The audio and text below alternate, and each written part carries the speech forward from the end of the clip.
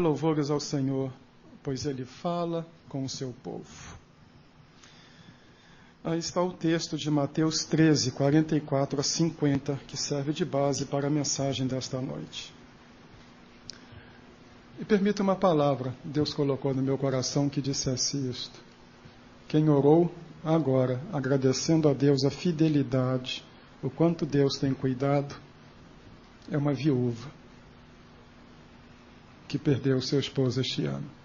E, no entanto, reconhece, no ano passado, a bondade e a fidelidade de Deus na preservação da sua vida. Um testemunho deste, em oração, é um testemunho suficiente para dizer, encerremos o culto e vamos para casa. Mas vamos ao texto de Mateus 13, 44 a 50. O reino dos céus é semelhante a um tesouro escondido no campo, que um homem, ao descobri-lo, esconde. Então, movido de gozo, vai, vende tudo quanto tem e compra aquele campo. Outro sim, o reino dos céus é semelhante a um negociante que buscava boas pérolas. E, encontrando uma pérola de grande valor, foi, vendeu tudo quanto tinha e a comprou. Igualmente, o reino dos céus é semelhante a uma rede lançada ao mar, e que apanhou toda a espécie de peixes. E quando cheia, puxaram-no para a praia, e sentando-se, puseram os bons em cestos. Os ruins, porém, lançaram fora. Assim será no fim do mundo. Sairão os anjos e separarão os maus dentre os justos, e lançá-los-ão na fornalha de fogo. Ali haverá choro e ranger de dentes. Descobriu? Guarde, Deus pedirá. Queiram sentar-se, por favor.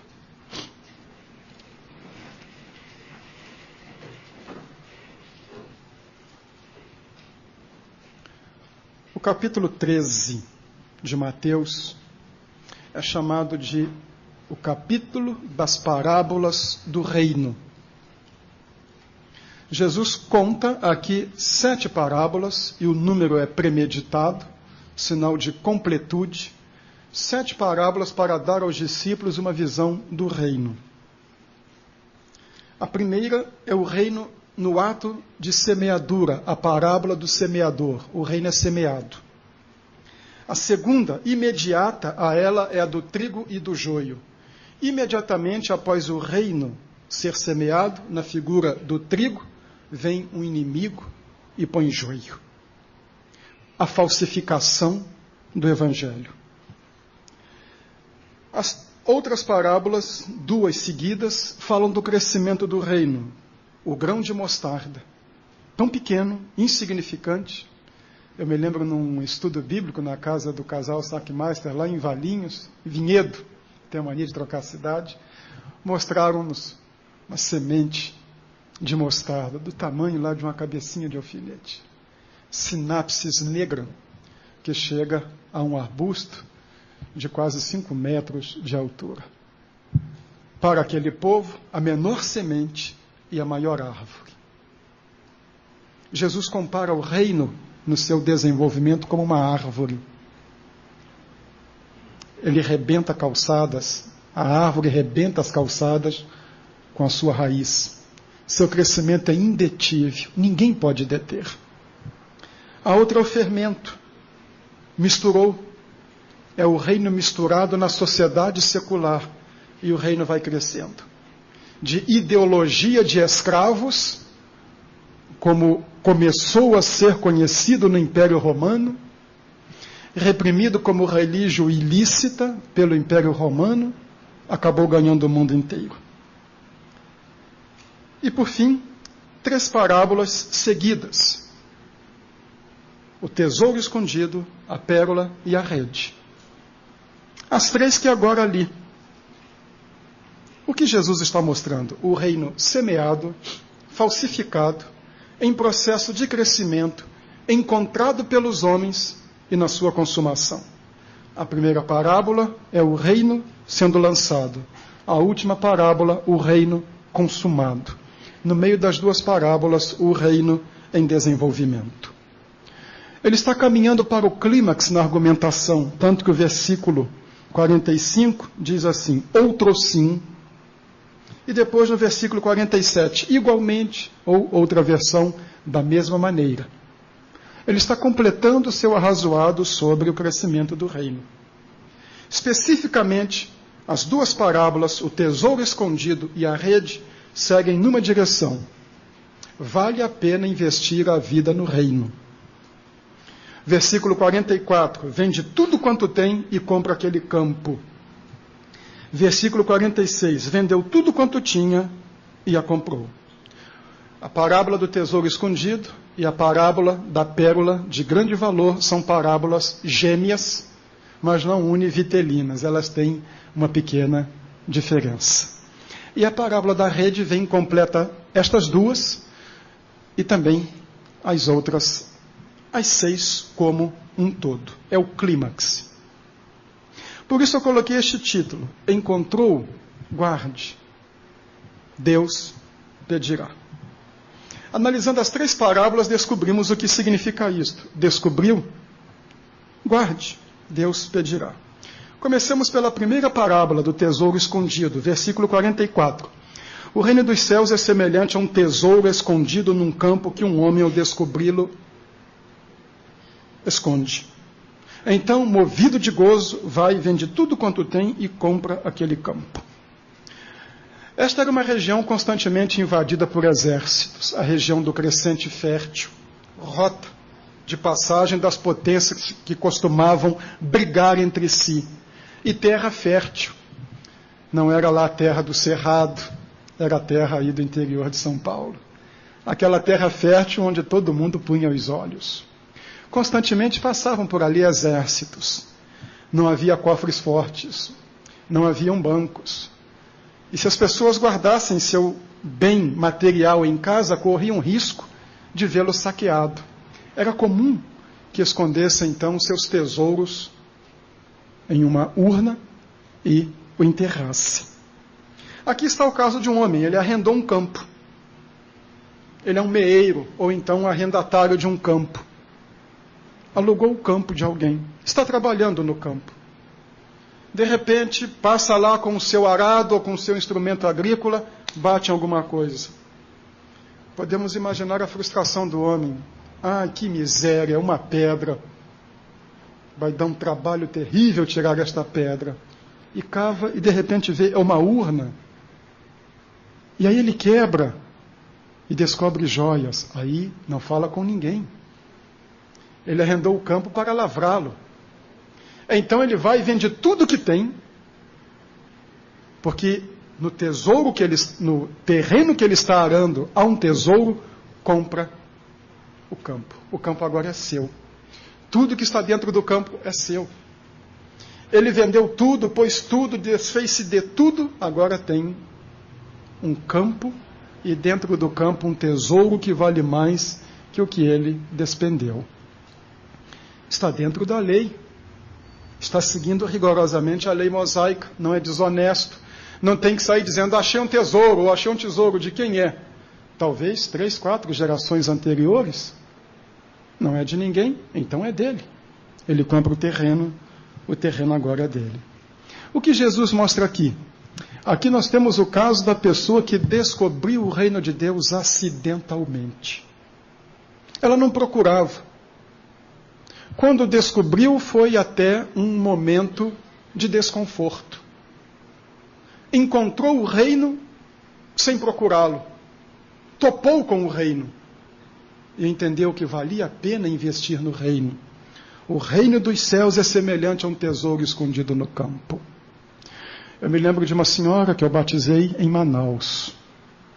Vinha ela pela rua da igreja, Joaquim Nabuco, e desabou uma daquelas tempestades manauaras, de não se ver o outro lado da rua, que o manauara chama de rio vertical. Então ela estava na porta da igreja, correu, entrou, pronto, ficou lá na igreja. Bom, já que eu estou aqui, começou o culto, entrou para assistir o culto. E aí, na hora do apelo, ela foi à frente. Nunca tinha entrado numa igreja, não ia entrar na igreja, estava de passagem, ia para outro lugar. A chuva a jogou lá dentro, entrou para assistir o culto. Ela achou o reino por acidente. Acidente, evidentemente, aí entre aspas, porque todas estas coisas estão dentro do desígnio de Deus. Mas quantas pessoas descobrem o reino por acidente? Elas não estão procurando. Então um dia elas encontram um folheto. Leem aquele folheto. E aí vão atrás daquilo. A pessoa vem passando pela rua, como o caso de um pastor muito famoso, era um desregrado também lá em Manaus, furou o pneu da moto, parou em frente à igreja presbiteriana, não tinha jeito, tinha que ficar ali, não podia ir embora, ficou na porta da igreja esperando que alguém viesse para ajudá-lo a levar a moto, e ficou ouvindo o sermão do pastor, que saía pelas janelas. Descobriu o reino por acaso. Não era a preocupação dele, mas ao encontrar o reino, ele descobriu: isto vale mais do que tudo que tenho. Alguns amigos, quando souberam, vamos idealizar, poderiam ter dito assim: rapaz, você está maluco? Aquilo lá não vale nada, você vai trabalhar como um mouro naquele campo, aquilo lá não tem futuro. Muita gente já tentou, aquilo lá para uma colheita e mais nada. Você está vendendo casa, junta de bois, você está vendendo até escravo para comprar um terreno daquele. Mas ele sabe o que aquilo vale. Depois ele descobriu. Os outros descobriram. Este homem estava certo. Veja essa história em Gálatas 1, 13 a 16. Palavras do apóstolo Paulo. Descobri o reino por acaso. Já ouvistes qual outrora foi o meu procedimento no judaísmo, como sobremaneira perseguia a igreja de Deus e a assolava. E na minha nação excedia em judaísmo a muitos da minha idade, sendo extremamente zeloso das tradições de meus pais. Mas quando aprouve a Deus, que desde o ventre de minha mãe me separou e me chamou pela sua graça, revelar seu Filho em mim para que eu pregasse entre os gentios, não consultei carne e sangue. Quando eu descobri o que era o Evangelho, quando eu descobri qual era o propósito de Deus para a minha vida, quando compreendi o valor da pessoa de Jesus Cristo, dizer, eu não consultei nada. Eu coloquei a vida nesta direção. Um homem que investiu tudo para ter o campo. Cá está você. Talvez tenha entrado aqui por acaso. Não está procurando pelo Evangelho, não tem nenhuma preocupação espiritual, não tem nenhum interesse por estas realidades, acha tudo isto maçante, irrelevante. Sua preocupação é cumprir um ato de obrigação social com alguém que o convidou para vir, ou para assistir o batismo de um conhecido, mas deve dizer assim: quando é que essa arenga toda termina para eu ir embora? E pode ser que você hoje descubra um bem que vale mais do que tudo, que é o reino de Deus na pessoa de Jesus Cristo. Se você é este, que topa com os valores do reino, acidentalmente, sem procura, mas descobriu isto vale a pena, isto é verdade, isto é valioso, aqui está o exemplo. Vai, vende tudo quanto tem e compra aquele campo. Mas não é um ato frio e calculado, porque diz Jesus, movido de alegria. A alegria de descobrir o significado do Evangelho. A alegria de descobrir que isto vale a pena. Esta satisfação de compreender o Evangelho de Jesus Cristo vale mais do que todas as coisas que eu tenho. Você encontrou por acaso? Guarde. Deus pedirá. A segunda parábola aparece no versículo 45.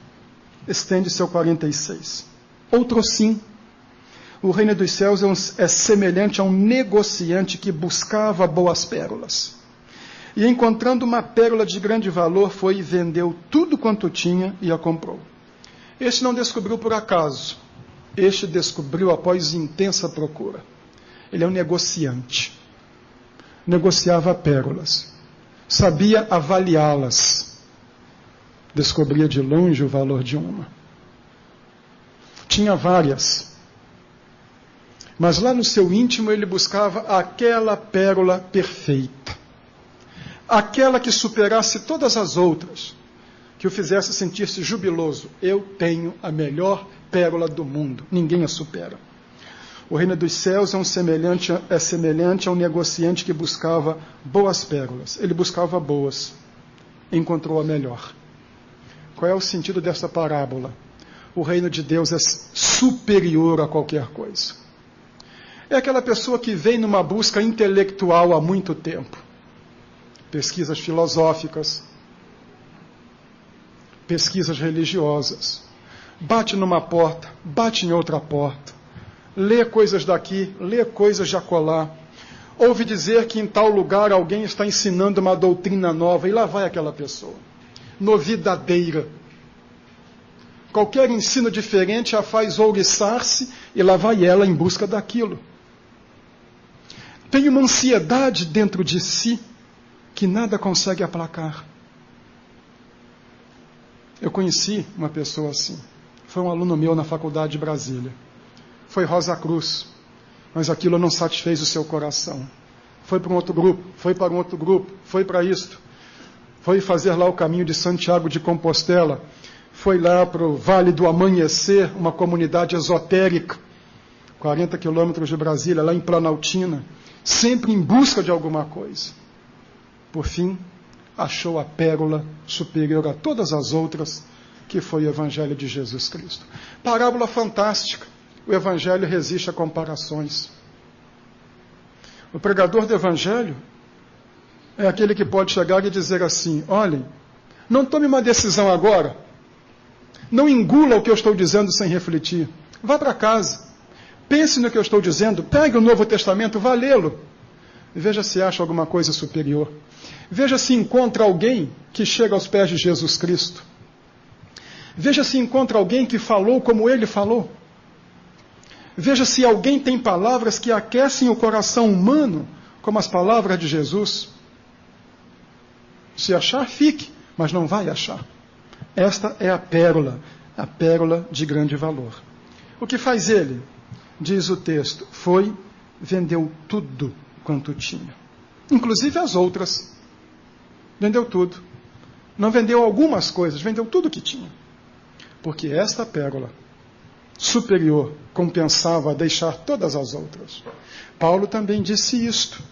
Ele usou uma expressão deste tipo, que quando, agora, conhecendo o Evangelho, ele considerava tudo do seu passado, sua herança cultural, sua herança religiosa e teológica, a carreira que tinha diante de si. A expressão é dura, mas ele a usa, está na Bíblia. Eu considero isso como esterco para conhecer a Jesus Cristo. Nenhuma destas coisas mais tinha o valor que vinham recebendo da parte dele. Em Atos 10 nós encontramos um homem também que procurava, Cornélio. O texto de Atos 10 diz que ele era um homem religioso, temente a Deus, orava, dava esmolas. Ele era um prosélito, um romano encantado com o judaísmo. No judaísmo rabínico, entre o Antigo e o Novo Testamentos, desenvolveu-se a ideia de que dar esmolas favorecia a pessoa em conseguir acesso a Deus. Ele dava esmolas, mas descobriu a pérola de grande preço. Pedro chegou lá, pregou o Evangelho, e quando descobriu, deixou todas estas coisas para colocar o coração no Evangelho. Hoje pela manhã, ouvimos o testemunho de nosso irmão Geraldo, que está conosco. Foi padre por 18 anos. Um dia descobriu a Bíblia, começou a ler sobre Jesus Cristo. Entendeu o plano de salvação. Deixar uma carreira de 18 anos, escandalizar toda a família, romper com toda a sua segurança, com tudo onde direcionou a vida, mas descobriu o reino dos céus vale mais. Descobre por acidente. e diz: o que eu descobri, o reino vale mais do que tudo que eu tenho. Um descobre após procura, e depois de ter descoberto diz: o que eu descobri vale mais do que tudo que tenho. Talvez você seja esta pessoa que está procurando. Tem uma ansiedade enorme dentro do coração, tem um vazio dentro de si. Eu me lembro quando era seminarista e fui fazer uma série de conferências na 4ª Igreja Batista de Juiz de Fora. O pastor era um colega meu de seminário. E fiquei muito surpreendido com o volume de decisões. Começamos na quinta-feira com 28 decisões. E chegou-se um hippie. Naquele tempo que eu era seminarista, era tempo de hippie, porque tem tempo. E ele foi à frente. E eu me lembro que ele me disse o seguinte: você viu na entrada do bairro aquela pedreira, viu o buraco enorme lá na rocha? Eu disse: vi, não tinha noção de onde ele iria chegar. Ele disse: pois o buraco que eu tenho no coração é maior do que aquele lá. E hoje eu entendi que o que eu preciso está aqui. Quantas e quantas pessoas têm descoberto isso? Vem procurando, batem numa porta, numa outra. Se você é esta pessoa, você achou. Jesus Cristo é maior do que qualquer conceito filosófico, religioso. Este encontro com Deus na pessoa de Cristo, a compreensão de que em Jesus Cristo Deus nos estende a mão e nos recolhe, isto é superior a qualquer conceito. Se você vem procurando, descobriu a pérola de grande preço, Jesus Cristo. Invista tudo, porque vale a pena. Bem, vende tudo quanto tem e compra aquele campo. Vendeu tudo quanto tinha e comprou a pérola. E aí Jesus coloca a terceira parábola imediatamente após ela para concluir. Igualmente, ele não deixa um hiato. Na sua argumentação, a 7ª parábola não apenas encerra o jogo, mas principalmente conclui, é o clímax das duas anteriores. O reino dos céus é semelhante a uma rede lançada ao mar. Ora, o auditório dele era de pescadores. Era o auditório que lançava a rede, sabia do que ele estava falando. Já estiveram numa praia ou num rio e viram isto? Meacir e eu gostávamos de ir em Icoaraci para ver os pescadores chegarem de manhã, lá na Amazônia, com as suas redes. Íamos comprar peixe. Os peixes já chegavam pulando. Alguns já estavam mortos, não eram bons, o pescador já jogava fora e outro ficava. Mas aqui está, é semelhante a uma rede lançada ao mar. Agora é o tempo da colheita. O reino foi semeado, o reino cresceu, o reino foi falsificado, muita gente descobriu o reino, uns por acidente, outros após procura, mas agora chegou o ponto final. O reino dos céus é semelhante a uma rede lançada ao mar que apanhou alguns peixes, não, toda espécie de peixes. Este é o problema. O juízo não é seletivo, o juízo é geral, todos, toda espécie de peixes. Puxam-no para a praia. Está cheia. É o clímax. É o momento da avaliação, da análise. Está cheia. Chegou o tempo do juízo de Deus. Sentando-se, puseram os bons em cestos. E os ruins lançaram fora. Peixe que presta, peixe que não presta. Peixe aproveitável e peixe para se jogar fora. Sabe o que eles faziam com os peixes que não prestavam? Enterravam ou queimavam para evitar que o alimento deteriorado fosse consumido por pobres, o que traria muito mais desgosto do que propriamente solução. Não seria um caso de fome zero, seria um caso de vida zero. Porque o que haveria de gente envenenada seria terrível. Mas o imprestável pega e queima, ou então enterra. Assim será no fim do mundo. Sairão os anjos. Aqui estão os pescadores. Separarão os maus dentre os justos. e lançá-los-ão na fornalha de fogo. Ali haverá choro e ranger de dentes. Vejam como ele vai encaminhando a história. Um se preserva, outro se destrói. Um se recolhe, o outro se aniquila. Aqui está você, ouvindo falar do reino. Pode ser que tenha descoberto o reino por um tropeço, e pode ser que tenha descoberto o reino após uma longa procura, mas está diante do reino, e nesta noite eu lhe digo, o reino de Deus, na pessoa de Jesus Cristo, é a notícia mais auspiciosa que o ouvido humano pode ouvir. Não há nada mais importante do que descobrir a graça de Deus na pessoa de Jesus. Compensa investir tudo em vista, porque Deus pedirá. O reino dos céus é semelhante a uma rede lançada ao mar. Quando cheia, puxaram-no para a praia, e sentando-se puseram os bons em cestos. Os ruins lançaram fora. Assim será no fim do mundo. 3 parábolas. Em 2, o reino é achado. E na terceira, o encontro com o reino é cobrado. Em Mateus 19, 21, encontramos o caso de um homem que encontrou o reino. Se por acaso, se por procura, depende muito de interpretação. Mas ele encontrou o reino. E aí ele pergunta a Jesus, como ser salvo? E Jesus diz, se queres ser perfeito, vai, vende tudo que tens e dá aos pobres. Terás um tesouro no céu, e vem, e segue-me. Ele ouviu esta palavra, entristeceu-se, ficou com tudo e perdeu o reino. Ficou com tudo, mas ficou triste. Continuou com tudo, mas continuou vazio. Onde é que estão suas moedas? Se existirem, na coleção de algum colecionador. Seu título, porque a Bíblia diz que ele era um príncipe. Ele era jovem. Morreu e nem mais seus ossos devem existir, estão desintegrados. Mas tinha uma alma. E esta alma sofre até hoje as consequências de sua decisão.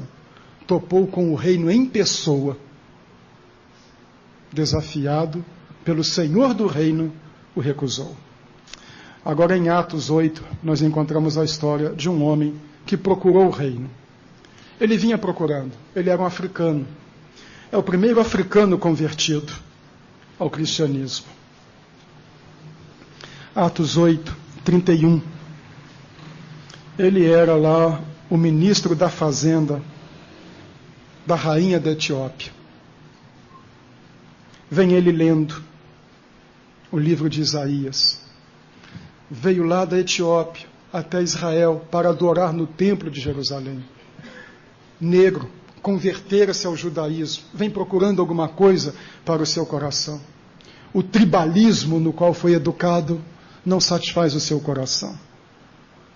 Aí Filipe se chega junto a ele e pergunta, entendes o que lês? E diz ele no 31, como poderei entender se alguém não me ensinar? E rogou a Filipe que subisse e com ele se sentasse. Ora, a passagem da escritura que estava lendo era esta, foi levado como ovelha ao matadouro, e como está mudo o cordeiro diante do que o tosquia, assim ele não abre a sua boca. Na sua humilhação foi tirado o seu julgamento. Quem contará a sua geração? Porque a sua vida é tirada da terra. Respondendo eunuco a Filipe, disse, rogo-te, vejam o homem que procura, rogo-te, de quem diz isto o profeta, de si mesmo ou de algum outro? Então Filipe tomou a palavra, e começando por esta escritura, anunciou-lhe a Jesus. E como termina a história? Indo eles caminhando, chegaram a um lugar onde havia água, e disse o eunuco, eis aqui a água, que impede que eu seja batizado? E disse Filipe, é lícito, se crês de todo o coração.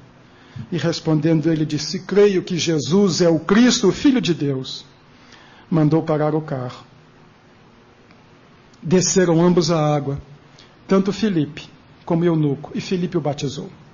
Quando saíram da água, o Espírito do Senhor arrebatou Filipe, e não mais o viu o eunuco, que jubiloso seguia o seu caminho. Juntemos as duas pontas. 2 homens que encontraram o reino. Um recusou o reino, e o texto diz, retirou-se triste. O outro aceitou o reino, e diz o texto, jubiloso seguia o seu caminho. Esta é a diferença. O reino muda a vida. Encontrar o reino transforma a pessoa. Jesus Cristo, como Senhor da vida, transforma a existência, dá segurança e traz esta alegria. Aquele que crê não se abala. Aquele que crê está seguro. E aquele que crê segue o seu caminho jubiloso. Daqui a alguns minutos este culto terminará. Você vai voltar para a sua casa. Poderá voltar absolutamente indiferente a tudo que se passou aqui. Entrou por um ouvido, saiu pelo outro. Provavelmente dirá, escapei de uma boa, em outra não caio e lá não volto. Mas também poderá sair como este homem. Este é o reino, tem valor, colocar a vida e sair daqui jubiloso. Poderá entender, compreender, saber-se desafiado e a semelhança do outro, do moço, não aceitar e vai sair triste. Mas isto é certo. Hoje você encontrou o reino. Invista a vida nele, porque vale a pena e porque um dia Deus lhe cobrará. Eu fiz com que o reino chegasse ao seu alcance. Você aceitou ou não aceitou? E a minha última palavra, no dia do juízo, recolhido ou jogado fora? Salvo ou perdido? Recolhido pelo Senhor ou desprezado? Então, descobriu? Guarde. Um dia, Deus lhe pedirá.